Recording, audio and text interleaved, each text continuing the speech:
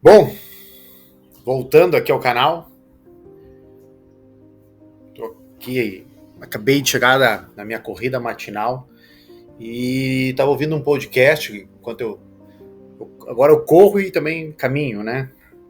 Tô tentando alterar, melhorar meu cardio, mas eu vi ouvindo um podcast e ele me fez ter uma reflexão sobre algumas questões que eu tenho passado, principalmente em relação ao mercado de trabalho, né? Algumas pessoas me demandam para buscar oportunidades de alocação, enfim. E eu tenho percebido algumas nuances, claro, de uma maneira muito artesanal, mas eu ouvindo o podcast e depois lendo algumas coisas aqui na internet, em sites, em matérias de jornal, eu quero compartilhar uma coisa com vocês aqui de por que tem tanto emprego e tem tanta gente desempregada.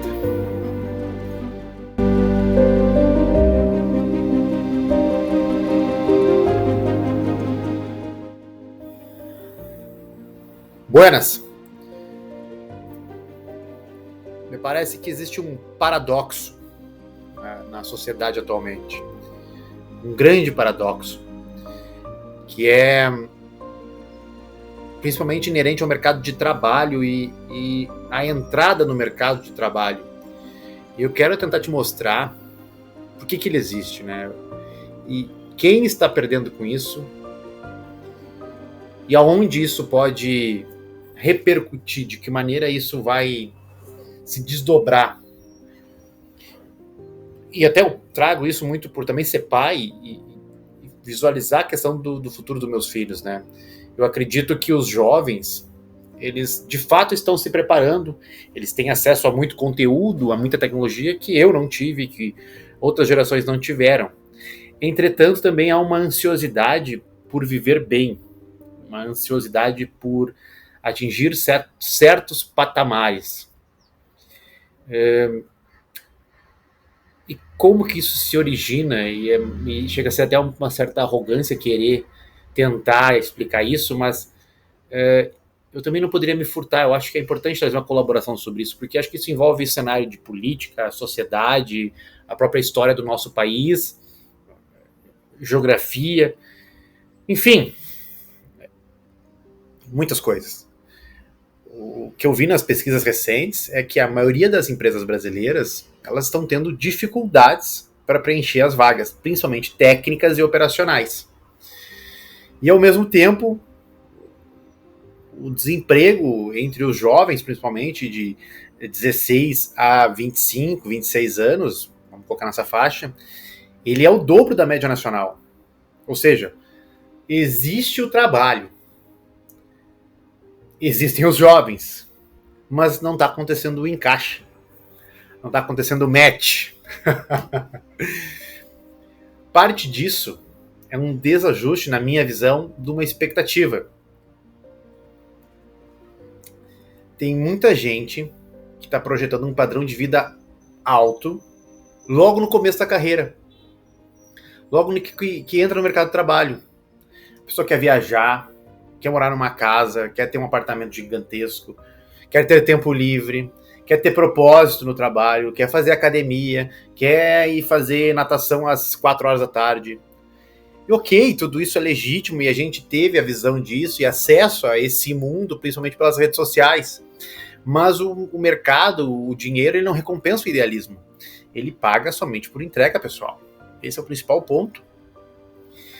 E mais do que isso, pelo resultado e pelo valor gerado e percebido. Se você faz seu trabalho bem e seu trabalho não é percebido, o seu valor demora ainda mais a ser construído. E aí que tá, existe essa defasagem de habilidades. Um pouco é culpa da própria educação, da própria escola. O ensino tradicional não acompanha a velocidade da tecnologia, das redes sociais, da informação. E as empresas, elas já estão querendo pessoas que resolvam os problemas. Ou seja, a pessoa chega e já tem que estar apta a resolver o problema. Ela tem que lidar bem com aquela incerteza, ela tem que lidar bem com o trabalho autônomo, sozinho, tem que saber fazer um home office para aquelas empresas que promovem esse tipo de situações. Mas a educação, por outro lado, ela é monocrática, né, e foca muito mais na execução de tarefas. E aí a gente tem um resultado que é evidente, na minha visão. É um abismo entre o que se ensina às escolas e o que o mercado exige. Também há a culpa aí, acho que das empresas, que buscam um perfil, um candidato praticamente perfeito. Querem alguém jovem e com experiência, mas também oferecem salários baixos e, às vezes, alguns patrões, muitos também advindos dessa própria geração Z, acham que não existe vida fora do trabalho. E aí o problema é que esse perfil não existe, né? É preciso também as empresas, os gestores de RH fazerem um pouco essa autocrítica, né? Essa análise de como fazer as coisas se encaixarem, que eu acho que é a grande frase ou a grande palavra deste vídeo. Então, treinamentos, consultas da saúde mental para os colaboradores, criação de uma cultura organizacional atrativa. Enfim, senão ficam só, as empresas vão continuar reclamando que não existem jovens engajados, responsáveis. E tem um fator cultural que eu quero trazer, que é a geração Z. Ela cresceu vendo essas histórias de sucesso muito rápido. Liberdade financeira, liberdade geográfica, empreendedores com casas, empreendedores com carros, com estilos de vida. Tudo isso já aos 25 anos. E eu entendo, é legítimo, faz parte, mas a régua não é essa. Eu acho que a régua é a régua da paciência. Régua da dedicação, do compromisso, da responsabilidade, do acordo firmado e do acordo cumprido. Hoje muita gente quer só o estilo de vida antes mesmo de ter o capital, antes mesmo de se sustentar. E aí eu percebo que as coisas das pessoas, principalmente dos jovens e também dos mais velhos, né, dos milenais, é que está virando um ciclo infinito de frustração. O mercado demanda uma coisa, a força de trabalho não consegue responder, e aí ficam pessoas desempregadas e dizendo que os empregos são ruins, e as vagas são abertas, precisando de pessoas, mas as vagas também não são ideais.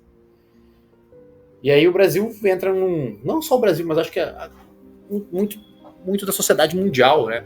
As próprias crises no Nepal, que aconteceu recentemente, que foram feitas pela geração Z, pelos jovens, recentemente no Peru também, que foram revoltas dos jovens pelas faltas de oportunidade, pela discrepância entre classes, é advinda dessa desconexão. Solução para isso não é muito fácil, mas como os antigos diziam, né?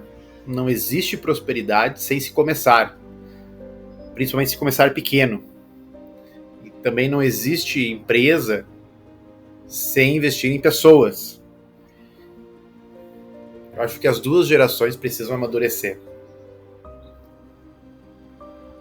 para poder construir relações, trabalhos, projetos de longuíssimo prazo. Porque a geração milenial foi sempre vendido de que teria que pagar para ter. A geração Z é vendido de que ela tem o direito de ter. A gente tem que construir aí um meio de campo entre tudo isso, senão as coisas vão ficar cada vez pior. E a produtividade, o lucro e a busca do resultado vai achar outros caminhos. Isso é inexorável. Buenas, obrigado por assistir esse vídeo. Até o próximo.